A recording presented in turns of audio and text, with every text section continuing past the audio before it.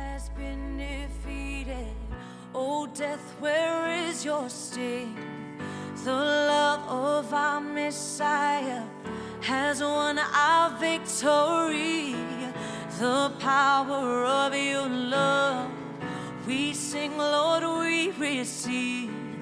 The love that bought our freedom, the love of Christ our King. Our sin has been defeated. Oh, death, where is your sting? The love of our Messiah has won our victory. And the power of your love, we sing, Lord, we receive. The love that bought our freedom, the love of Christ our King.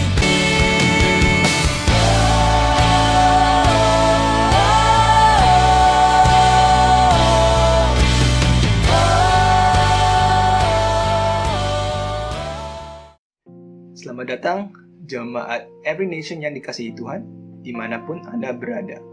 Serta Bapak, Ibu, dan Saudara yang menyaksikan tayangan ini, yaitu ibadah online gereja Every Nation Jogja pada hari Minggu, tanggal 21 Juni 2020. Kami bersyukur untuk kasih dan kesetiaan Bapak, Ibu, dan Saudara sekalian. Firman Tuhan dalam Mazmur 7 ayat 18 berkata, "Aku hendak bersyukur kepada Tuhan kerana keadilannya dan bermazmur bagi nama Tuhan yang Maha Tinggi."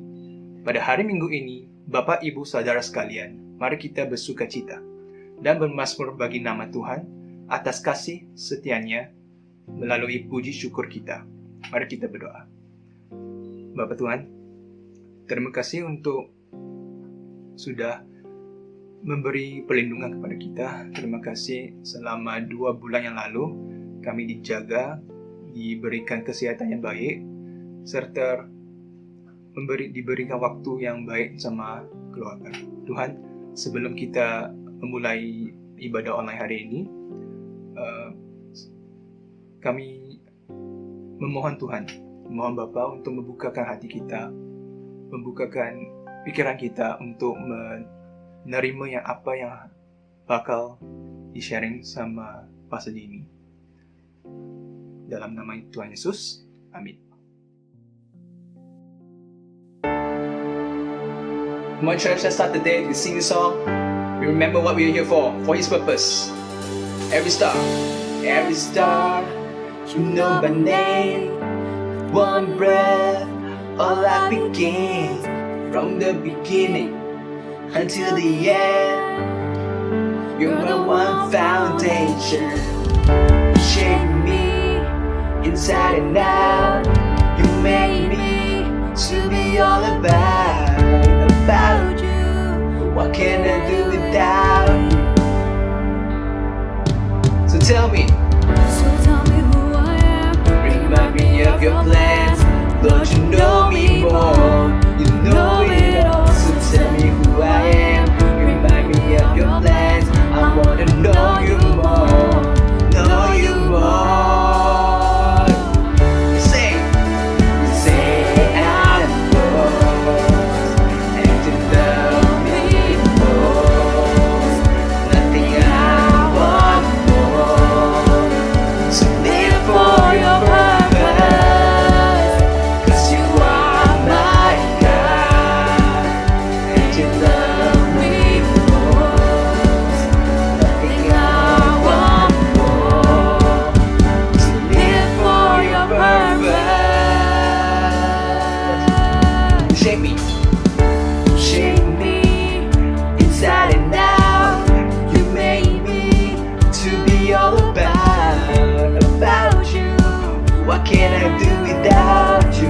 So Lord, tell me.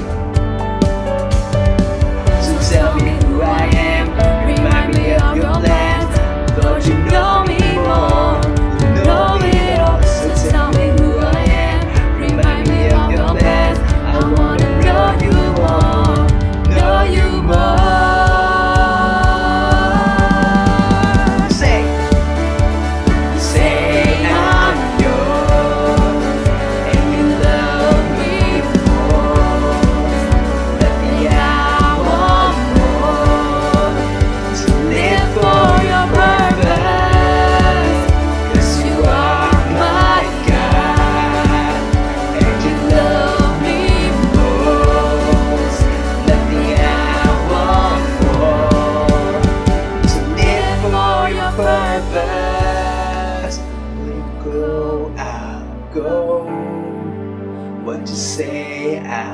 say, let the whole world know who you are to me. Where you go, I'll go. What you say, I'll say. Come on, just let the whole world know who he is to us. You say I'm yours, and you love me most. Nothing I want more to live for your purpose. 'Cause you are my God, and you love me most. Nothing I want more to live for your purpose.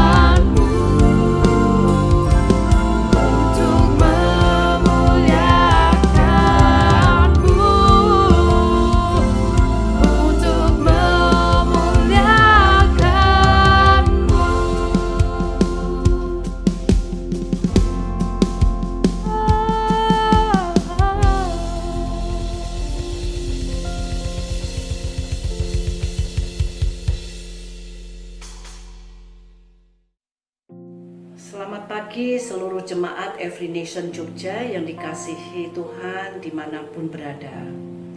Saya Dina, ibu 4 orang anak dan memiliki 5 cucu. Saya sebagai jemaat Every Nation Yogyakarta.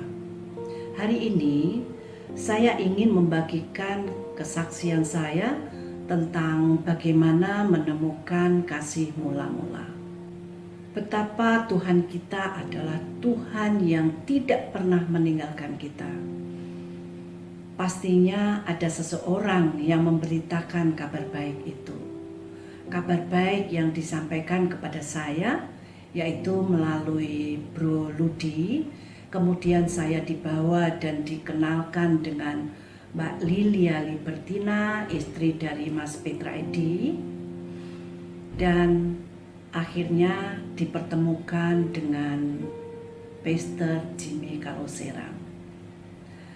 Dan akhirnya saya menerima Yesus dalam setiap area hidup saya. Tidak membutuhkan waktu lama, saya memutuskan untuk lahir baru pada waktu itu, yaitu tahun 2002. Sejak lahir baru saya berproses. Ada rasa haus dan lapar untuk mengenal sosok Yesus dan firman-Nya. Siang dan malam saya tidak pernah lepas dari Alkitab dan bacaan-bacaan rohani. Karena waktu itu saya tidak bekerja, jadi tidak ada masalah dengan waktu yang saya butuhkan untuk belajar dan mencari firman Tuhan. Dulu, sebelum lahir baru, firman yang sama yang saya baca di Alkitab yang sama terasa biasa-biasa saja. Bahkan saya tidak tahu maksudnya, artinya saya seperti baca tulisan biasa saja. Tetapi kali ini setelah saya bertobat lahir baru, sangat berbeda. Firman yang saya baca setelah lahir baru seperti hidup, memberi pengetahuan baru, menuntun saya menuju kebenaran yang membawa damai sejahtera dan ketentraman batin, seperti ada selubung yang menutupi dan selubung itu baru saja disingkapkan. Memberi pencerahan baru yang membuat jiwa ini tenang, damai, sukacita yang tidak pernah saya alami di masa lalu. Di dalam berproses itu, semakin ditambahkan sukacita saya. Damai sejahtera, ketenangan, hikmat, menjalani hari-hari ke depan lebih baik. Pada suatu hari, saya ikut basic seminar, yaitu Institute in Basic Life Principles atau seminar IBLP di Yogyakarta selama beberapa hari. Puji Tuhan, saya dapatkan 3 poin sangat penting dalam tahapan proses kehidupan setelah mengikuti seminar IBLP tersebut, yaitu apa? Yang pertama, pentingnya memiliki hati nurani yang murni. Urusan hati ini ternyata amat sangat penting. Harus dibenahi terlebih dahulu untuk bisa berjalan dalam kehendak-Nya. Apa itu? Dalam hal meminta maaf dan memaafkan. Saya dapatkan semuanya itu di Matius 18. Yang kedua, menyerahkan hak. Pada waktu itu, hikmat yang saya dapatkan ada 3 hal dalam area ini. Yang pertama, dalam area pernikahan. Yang kedua, harta benda. Dan yang ketiga, reputasi. Di dalam pernikahan, saya dapatkan ayatnya di Mazmur 73, ayat yang ke-25. Siapa ada padaku di surga selain Engkau?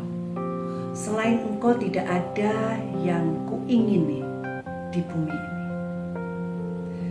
Harta benda, saya dapatkan ayatnya di Kolose 3 ayat 2.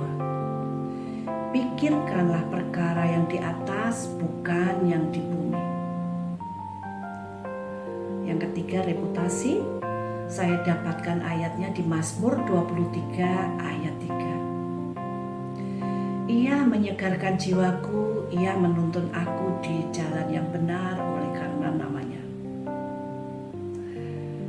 Yang ketiga, taat otoritas. Nah, melalui ketaatan pada otoritas ini, saudaraku, jadi ada 3 area tadi ya. Hati nurani yang murni, menyerahkan hak, dan taat otoritas. Itu bekerja seperti booster dalam proses kehidupan saya. Selanjutnya, merubah yang tidak mungkin menjadi mungkin. Satu di antaranya yang membuat saya saat ini berada dan bekerja sebagai financial konsultan dari perusahaan dari Kanada. Saya mulai beraktivitas dari level yang paling bawah hingga sekarang sebagai agency director. Di situ saya tetap setiap hari tetap bisa mendirikan mesbah doa bersama karyawan dan tim yang ada pada waktu itu. Sudah berjalan bertahun-tahun sampai dengan sekarang. Diuji di 3 area tersebut dengan berbagai peristiwa yang cukup berat bagi saya untuk dilalui. Tetapi dengan anugerah Tuhan, pertolongan dari Holy Spirit, dengan kasih dan hikmat-Nya menuntun saya berproses menjalani ujian tersebut dengan ikhlas. Saya benar-benar memegang janji Tuhan bahwa Tuhan menyediakan masa depan yang penuh harapan. Saya mempunyai keyakinan dan percaya penuh pada Yesus dan Roh Kudus untuk melewati proses tersebut. Bersamanya tidak ada yang mustahil. Ujian-ujian saya lalui bersamanya, satu demi satu diizinkannya untuk selesai. Akhirnya saya lulus juga. Semua yang terjadi membawa perubahan yang menyehatkan jiwa dan fisik saya dan kebaikan bagi seluruh keluarga saya. Kalau sekarang di saat ini saya melihat ke belakang, betapa ngerinya saya beserta keluarga kalau andai kata saat itu tidak lulus di area-area tersebut. Puji dan syukur pada Tuhan atas kasih dan semua pengorbanannya di kayu salib untuk menebus kita, umat yang dikasihinya.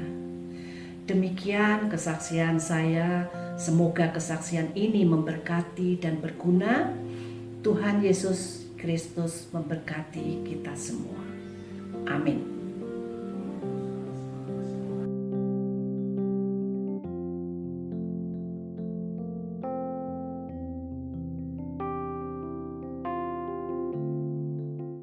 Bapak Ibu, saudara sekalian Jemaat Every Nation dimanapun Anda berada, selamat datang kembali di ibadah online bersama-sama kami Every Nation Jogja pada Minggu tanggal 21 Juni 2020 bersama saya, Pendeta Jimmy Peter Kaloserang. Sebelum kita mendengarkan firman Tuhan, mari kita berdoa terlebih dahulu. Bapa yang kami sembah dalam nama Yesus Kristus, Tuhan dan Juru Selamat kami, tolong kami Tuhan untuk mengerti firman-Mu pada pagi hari ini, agar firman-Mu menerangi hati kami, merubah motivasi kami, merubah pikiran kami, merubah perilaku kami, sehingga nama-Mu dipermuliakan. Di dalam nama Tuhan Yesus Kristus kami berdoa mengucap syukur. Amin.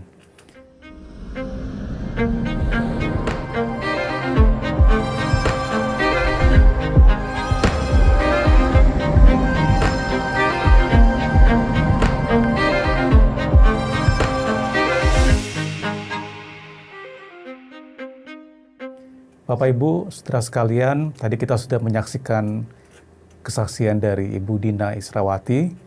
Terima kasih Ibu Dina.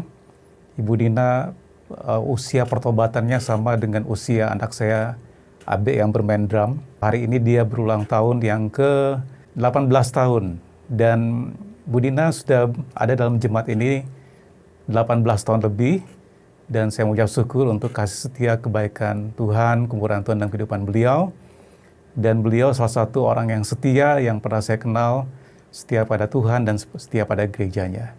Nah, kalau kita berbicara tentang kesetiaan Bapak Ibu Saudara sekalian, Mazmur pasal 18 ayat 25 mengatakan, terhadap orang yang setia engkau berlaku setia, terhadap orang yang tidak bercela engkau berlaku tidak bercela.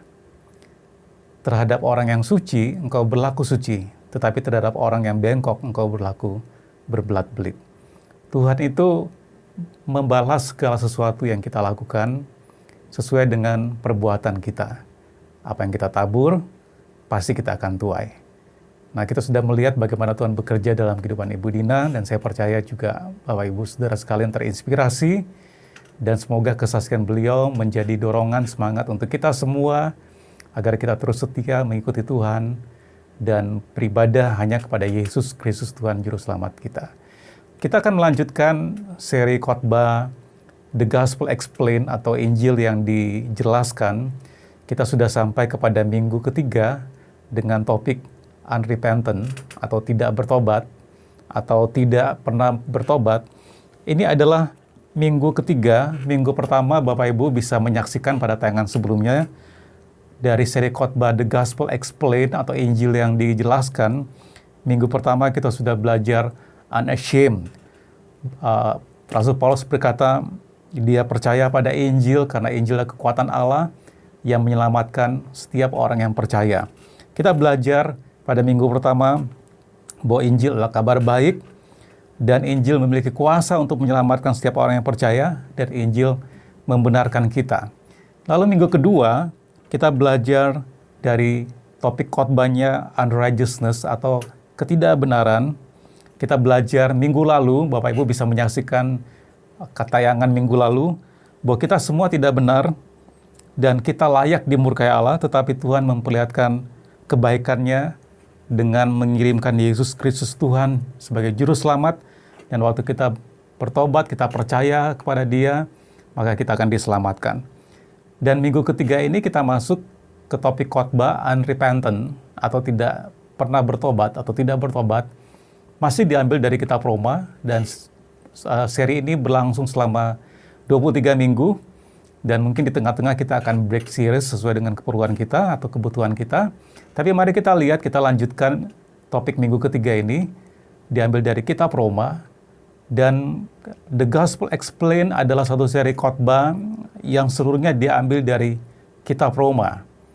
Dan tujuan akhir dari seri khotbah ini, kita akan memiliki pemahaman yang lebih jelas tentang kekuatan Injil dan implikasinya untuk hidup kita melalui kita belajar kitab Roma. Teks kita ambil pada pasal 2 kitab Roma, ayat yang ketiga. Dan engkau, hai manusia, engkau yang menghakimi mereka yang berbuat demikian, sedangkan engkau sendiri melakukannya juga. Adakah engkau sangka bahwa engkau akan luput dari hukuman Allah? Maukah engkau menganggap sepi kekayaan kemurahannya, kesabarannya, dan kelapangan hatinya? Tidak engkau tahu bahwa maksud kemurahan Allah ialah menuntun engkau kepada pertobatan. Nah, dalam perikop ini, Rasul Paulus berbicara kepada dua kelompok orang, yaitu kalau di dalam Alkitab dikatakan orang Yunani, tapi teks aslinya sebenarnya mengacu pada kata Gentiles, atau orang non-Yahudi, orang di luar Yahudi, semua disebut dengan Gentiles atau orang Yunani atau orang yang tidak bersunat, atau bagi orang Yahudi, mereka ini adalah orang-orang kafir. Yang pertama, kelompok non-Yahudi adalah kelompok yang berdosa secara terang-terangan. Mereka terus-menerus berbuat dosa meskipun mereka mengetahui perintah Tuhan. Nah, kelompok yang kedua adalah orang Yahudi yang mereka merasa sudah benar. Mereka menghakimi orang lain yang berbuat dosa, namun mereka secara diam-diam melakukan hal yang sama juga. Mari kita lihat perbedaan orang Yahudi dan orang non-Yahudi. Orang Yahudi ini mereka mengklaim bahwa hukum Allah atau perintah Tuhan, 10 perintah Allah, itu khusus diberikan kepada mereka. Kemudian mereka merasa secara khusus dipilih oleh Allah. Mereka punya akses kepada pengampunan dan hadirat Allah. Mereka menerima janji-janji yang dibuat Allah sendiri untuk mereka. Nah, orang di luar Yahudi, atau bangsa-bangsa bukan Yahudi, mereka sama sekali tidak memiliki akses yang sama terhadap pengetahuan tentang hukum Allah. Dan mereka biasanya melanggar hukum Allah berulang kali dengan cara yang tercela. Nah, Bapak Ibu Saudara sekalian, mari kita lihat dalam Roma pasal 2, 17-20. Saya mengundang Bapak Ibu Saudara untuk membaca bersama-sama saya. Roma pasal 2, ayat 17-20. Tetapi jika kamu menyebut dirimu orang Yahudi dan bersandar kepada hukum Taurat, bermegah dalam Allah, dan tahu akan kehendaknya, dan oleh karena diajar dalam hukum Taurat, dapat tahu mana yang baik dan mana yang tidak, dan yakin bahwa engkau adalah penuntun orang buta, dan terang bagi mereka yang di dalam kegelapan, pendidik orang bodoh, dan pengajar orang yang belum dewasa, karena dalam hukum Taurat engkau memiliki kegenapan segala kepandaian dan kebenaran. Mari kita lihat, orang-orang Yahudi ini mengklaim mereka, menurut firman tadi dikatakan mereka bersandar pada Taurat. Meskipun Taurat diberikan kepada bangsa Yahudi, supaya mereka mempunyai persekutuan yang khusus dengan Allah, tapi justru Taurat menjadi dasar bagi mereka memerintahkan diri sendiri, dan hal inilah yang membuat mereka bersela menurut Lukas 18, 9-14. Kemudian mereka ini bermegah dalam Allah. Pemikiran di sini adalah orang Yahudi bermegah dalam Jehovah sebagai Allah, padahal mereka hidup dalam dosa. Sedangkan orang percaya bermegah dalam Allah karena kebesaran kasih, kemurahan, dan kuasanya menurut Galatia 6-14. Dan menurut ayat tadi, orang-orang Yahudi ini mengklaim bahwa mereka tahu kehendak Allah. Mereka tahu kehendak Allah dalam firman-Nya menurut Ulangan 4-8. Orang Yahudi ini diajar dalam Taurat. Secara sistematis diajar Taurat setiap hari pada hari Sabat, menurut Lukas 1 ayat 4. Kemudian mereka mengetahui mana yang baik dan yang jahat. Hal ini terjadi sebagai hasil dari Taurat yang diberikan kepada mereka. Mereka mengklaim bahwa mereka adalah penuntun orang buta. Hal ini menunjukkan pada keyakinan diri sendiri, di mana orang Yahudi menilai orang kafir atau non-Yahudi mereka buta, dan orang Yahudi sebagai penuntun mereka, padahal Tuhan Yesus mengatakan mereka pun secara rohani sebenarnya juga buta. Matius 15 ayat 14.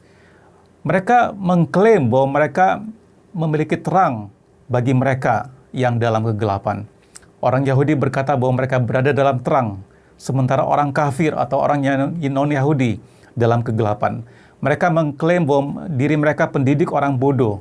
Orang Yahudi adalah pendidik yang memberikan perintah, sedangkan orang kafir non-Yahudi adalah orang bodoh yang perlu diarahkan. Mereka mengklaim pengajar orang yang belum dewasa atau bayi-bayi. Mereka mengklaim, mereka menggunakan istilah bayi bagi orang lain. Ini menunjukkan kesombongan dalam kepandaian mereka. Dalam Taurat mereka memiliki kegenapan segala kepandaian dan kebenaran. Hal ini dimiliki oleh orang Yahudi hanya sebagai bentuk luarnya saja. Jadi betul-betul mereka mengklaim ini mereka elit. Mereka seperti kalau satu klub hanya anggota, berlaku untuk anggota yang memiliki hak istimewa, members only. Sedangkan yang tidak menjadi anggota tidak memiliki semua akses yang tadi saya sebutkan. Dan mereka mengklaim hanya diri mereka yang benar. Bahwa mereka baik, mereka benar, mereka diselamatkan, mereka dipilih, mereka punya akses kepada perintah Tuhan, pengampunan, dan keselamatan. Sementara orang-orang di luar mereka dianggap orang-orang yang tidak bersunat, orang-orang kafir, orang-orang yang dimurkai Allah. Tetapi sebenarnya Bapak Ibu Saudara sekalian, kedua kelompok ini baik Yahudi maupun orang non-Yahudi, mereka terus hidup dalam dosa karena mereka pikir mereka bisa lolos begitu saja. Nah, kebenarannya adalah tidak ada yang bisa lepas dari hukuman Allah. Meskipun demikian, Allah melalui Injil memberikan karunia kebenaran bagi mereka yang percaya. Mari kita lihat poin yang pertama, Allah adalah hakim yang adil. Roma pasal 2 ayat 2, tetapi kita tahu bahwa hukuman Allah berlangsung secara jujur atas mereka yang berbuat demikian. Dan engkau, hai manusia, engkau yang menghakimi mereka yang berbuat demikian, sedangkan engkau sendiri melakukannya juga. Adakah engkau sangka bahwa engkau akan luput dari hukuman Allah? Paulus berkata bahwa akan tiba saatnya di mana semua orang akan dihakimi berdasarkan apa yang telah mereka lakukan. Bukan hanya orang berdosa yang secara terang-terangan berbuat dosa akan dihakimi, tetapi juga orang yang kelihatannya benar, seperti orang Yahudi tadi yang kelihatannya benar. Bapak Ibu, saudara sekalian, Tuhan akan menilai tindakan kita, kata atau motivasi hati kita, pikiran kita, menurut Matius 12 ayat 36 sampai 37. Matius 12 ayat 36 berkata, "Tetapi aku berkata kepadamu, setiap kata yang sia-sia yang diucapkan orang harus dipertanggungjawabkannya pada hari penghakiman. Karena menurut ucapanmu engkau akan dibenarkan, dan menurut ucapanmu pula engkau akan dihukum." Apa yang dikatakan Matius 7, 21 sampai 23 tentang bagaimana Tuhan akan menghakimi orang di akhir zaman. Matius 7 ayat 21 mengatakan, "Bukan setiap orang yang berseru kepadaku, Tuhan, Tuhan, akan masuk dalam kerajaan surga, melainkan dia melakukan kehendak Bapa-Ku yang di surga." Pada hari terakhir banyak orang, bukan sedikit, tapi banyak orang akan berseru kepadaku, "Tuhan, Tuhan, bukankah kami bernubuat demi namamu, dan mengusir setan demi namamu, dan mengadakan banyak mukjizat demi namamu juga?" Pada waktu itulah aku akan berterus terang kepada mereka dan berkata, "Aku tidak pernah mengenal kamu. Enyalah daripadaku, kamu sekalian pembuat kejahatan." Nah, Bapak Ibu saudara sekalian, kalau kita berpikir, firman ini bukan untuk orang-orang yang tidak mengenal Tuhan. Bukan firman yang ditujukan kepada orang-orang yang tidak memiliki perintah atau hukum Taurat atau hukum Allah. Tapi justru yang berseru kepada Yesus Tuhan itu justru orang Kristen. Orang yang menyebut Yesus Tuhan itu hanya orang Kristen. Dan di sini firman Tuhan berkata, pada hari terakhir banyak, bukan sedikit. Mereka berseru, "Tuhan, Tuhan." Mereka sudah bernubuat demi namamu. Mereka sudah mengusir setan demi nama Tuhan. Dan mengadakan banyak mukjizat demi nama Tuhan juga. Tetapi Tuhan berkata, "Enyalah kamu, karena aku tidak pernah mengenal kamu. Enyalah daripadaku, kamu sekalian pembuat kejahatan." Jadi Bapak Ibu saudara sekalian, dua-duanya akan dihakimi. Orang Yahudi yang mereka menganggap mereka benar, maupun orang non-Yahudi, orang-orang yang tidak percaya. Kalau kita kontekstualkan pada hari ini, kita bisa mengatakan orang-orang Yahudi ini adalah orang-orang yang ke gereja, orang Kristen. Dan orang yang non-Yahudi adalah orang-orang yang tidak bergereja. Bapak Ibu saudara sekalian, kita percaya bahwa kita diselamatkan, kita masuk surga, kita punya akses langsung kepada Tuhan, kita menerima janji Tuhan, nubuatan, firman Tuhan. Kadangkala kita mungkin merasa kita benar, dan orang yang di luar kita tidak benar. Tapi firman tadi mengatakan justru orang-orang yang mengenal Tuhan yang dihakimi. Dan banyak yang berseru kepada nama Tuhan, tapi Tuhan berkata, "Aku tidak pernah mengenal kamu." Sungguh tragis. Saya berdoa, Bapak Ibu, kita semuanya adalah orang-orang yang dikenal oleh Tuhan. Bukan hanya kita mengklaim kita sudah diselamatkan, atau kita mengenal kebenaran, bahwa kita punya akses pada keselamatan dan hadirat Tuhan, tapi semoga kita semua dikenal oleh Tuhan dan diselamatkan. Nah, poin yang kedua, Allah adalah hakim yang sabar. Roma pasal 2 ayat 3, "Dan engkau, hai manusia, engkau yang menghakimi mereka yang berbuat demikian, sedangkan engkau sendiri melakukannya juga. Adakah engkau sangka bahwa engkau akan luput dari hukuman Allah? Maukah engkau menganggap sepi kekayaan kemurahannya, kesabarannya dan kelapangan hatinya? Tidakkah engkau tahu bahwa maksud kemurahan Allah ialah menuntun engkau kepada pertobatan? Tetapi oleh kekerasan hatimu yang tidak mau bertobat, engkau menimbun murka atas dirimu sendiri pada hari waktu mana murka dan hukuman Allah yang adil akan dinyatakan." Paulus memperingatkan hanya karena Tuhan belum menghukum mereka, baik orang non-Yahudi maupun orang Yahudi, baik orang yang menganggap Kristen, pengikut Kristus, maupun orang yang tidak pengikut Kristus, Tuhan akan menghukum.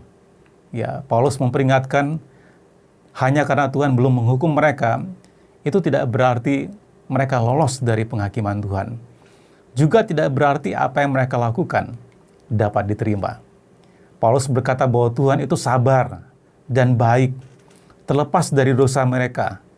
Karena mereka belum bertobat, Dalam Yohanes 12 ayat 47, 48, Yesus memberitahu para muridnya bahwa alasan dia datang ke bumi bukan untuk menghakimi dunia, tetapi untuk menyelamatkannya.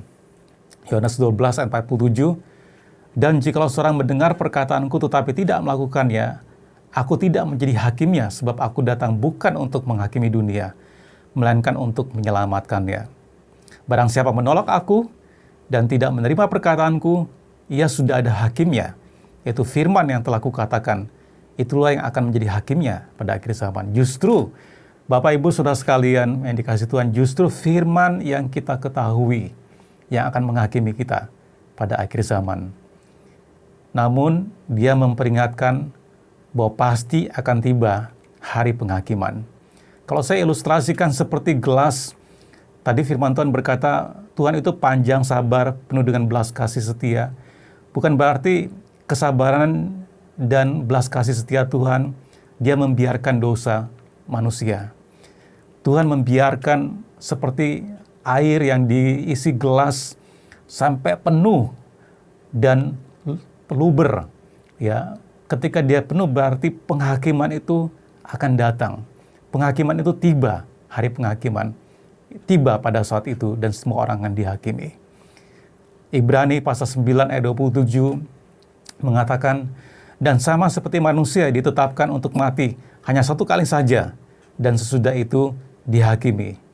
Demikian pula Kristus hanya satu kali saja mengorbankan dirinya untuk menanggung dosa banyak orang. Sesudah itu ia akan menyatakan dirinya sekali lagi tanpa menanggung dosa untuk menganugerahkan keselamatan kepada mereka yang menantikan dia. Poin yang ketiga, Allah adalah hakim yang benar. Poin yang pertama tadi, Allah adalah hakim yang jujur. Yang kedua, Allah adalah hakim yang sabar. Tapi yang ketiga, poin yang ketiga, dia adalah hakim yang benar. Roma pasal 2 ayat 5.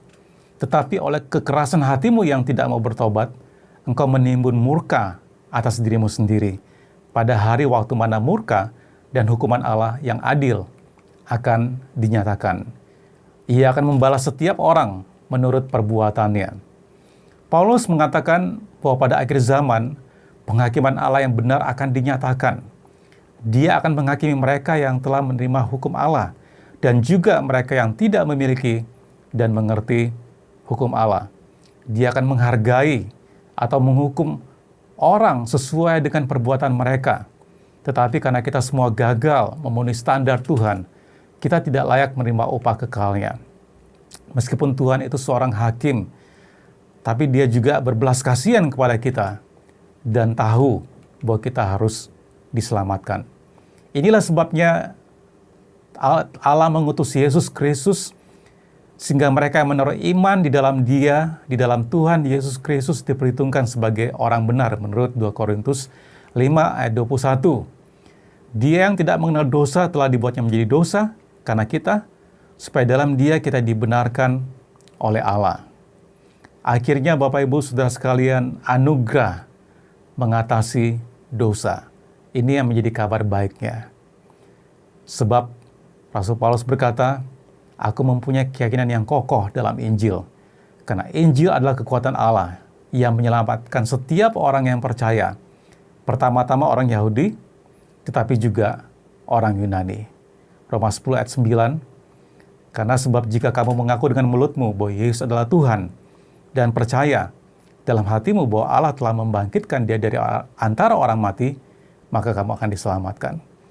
Bapak Ibu, inilah kabar baiknya. Anugerah mengatasi atau mengalahkan dosa. Tuhan Yesus dinyatakan bagi kita semua datang ke dunia ini, tadi dikatakan bukan untuk menghakimi, tapi firman yang kita tahu yang akan menghakimi. Tapi Tuhan datang, pertama kali Dia datang untuk menyelamatkan setiap orang yang percaya. Tetapi memang Dia akan datang kedua kali sebagai hakim yang akan menghakimi setiap orang yang hidup dan yang mati. Bapak Ibu, kabar baiknya ketika Yesus Kristus Tuhan datang sebagai juru selamat, mari kita percaya. Karena firman tadi berkata, barang siapa mengaku dengan mulutnya dan percaya dalam hatinya bahwa Yesus Tuhan, dan dia bangkit dari kematian, maka dia akan diselamatkan. Saya berdoa Bapak Ibu Saudara sekalian, inilah anugerah Tuhan yang menyelamatkan kita semua. Waktu kita percaya Yesus Kristus Tuhan, dan kita menerima pengampunannya, kita menerima kasih-Nya yang dilimpahkan kepada kita waktu dia disalibkan 2000 tahun lalu di kayu salib, maka Bapak Ibu Saudara dan saya dibenarkan. Tidak ada lagi orang Yahudi atau orang non-Yahudi, tidak ada lagi orang Kristen yang bergereja atau tidak bergereja, semuanya akan dihakimi dua-duanya. Yang satu bukan berarti lebih benar daripada yang lainnya, dan yang lainnya juga tidak bisa hidup terus dalam dosa, dan seolah bahwa penghakiman Tuhan tidak akan pernah datang.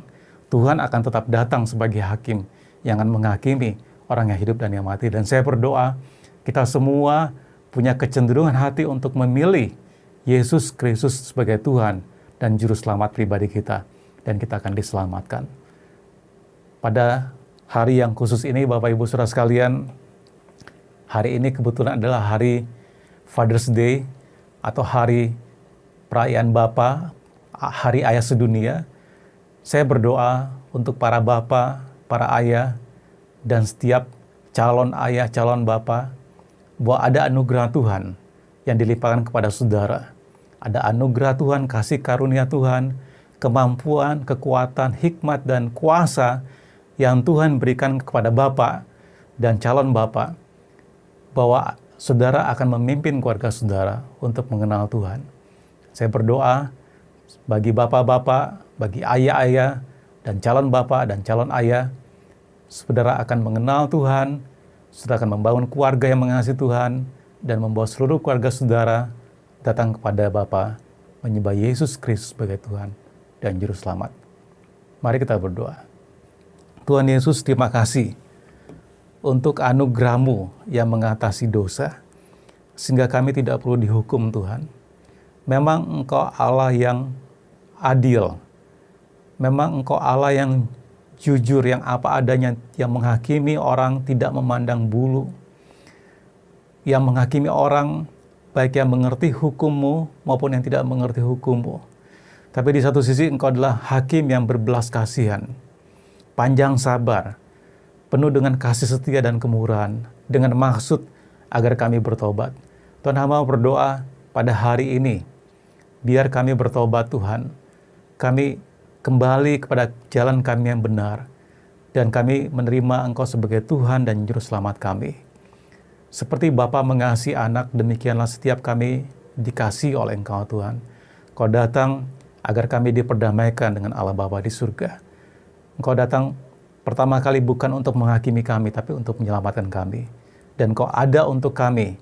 Engkau tidak menolak kami, menghakimi kami, melawan kami, tapi Kau ada untuk kami, untuk menyelamatkan kami. Kami berdoa di dalam nama Tuhan Yesus Kristus. Pada hari yang spesial ini, hari ayah sedunia, kami berdoa agar para ayah, para bapa, calon ayah, calon bapa diberikan anugerah yang berlimpah Tuhan, untuk memimpin keluarganya pada saat ini, atau memimpin keluarga masa depannya bagi calon bapa, calon ayah, sehingga nama-Mu dipermuliakan dalam kehidupan seluruh keluarga yang kami bangun. Terima kasih Tuhan Yesus, hamba berdoa, kami mengucap syukur untuk keselamatan dan anugerah-Mu yang mengatasi dosa yang Kau curahkan kepada setiap kami. Kami mengucap syukur untuk keselamatan yang Kau berikan, dan kami tidak menganggap remeh, menganggap sepi kekayaan, kemurahan, kasih-Mu Tuhan, karena maksud-Mu adalah agar kami bertobat dan kembali kepada jalan yang benar. Di dalam nama Tuhan Yesus Kristus kami berdoa, kami mengucap syukur. Amin. Selamat hari Minggu Bapak Ibu Saudara. Selamat hari ulang tahun AB. Tuhan Yesus berkati. Amin.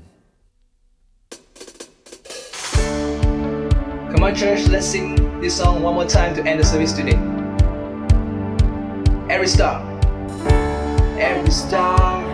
you know by name. With one breath, all life begins. From the beginning until the end, you're my one foundation.